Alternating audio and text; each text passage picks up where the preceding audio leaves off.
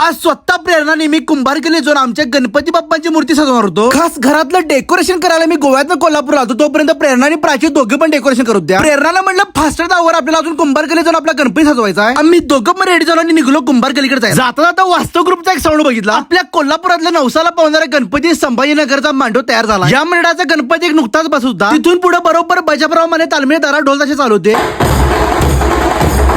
कधी एकदा उद्याची संध्याकाळ होऊ दे असं वाटाल तर राजारामपूर जायला हो. मग आम्ही कुंभारकेलीत अमित दादांच्या घरी पोहोचलो आणि त्यांच्या ब्रदर्सनी आम्हाला आमचा गणपती आणून दिला. करा म्हणले काय करायचं ते. मग बसले आमच्या मॅडम एक सामान काढत.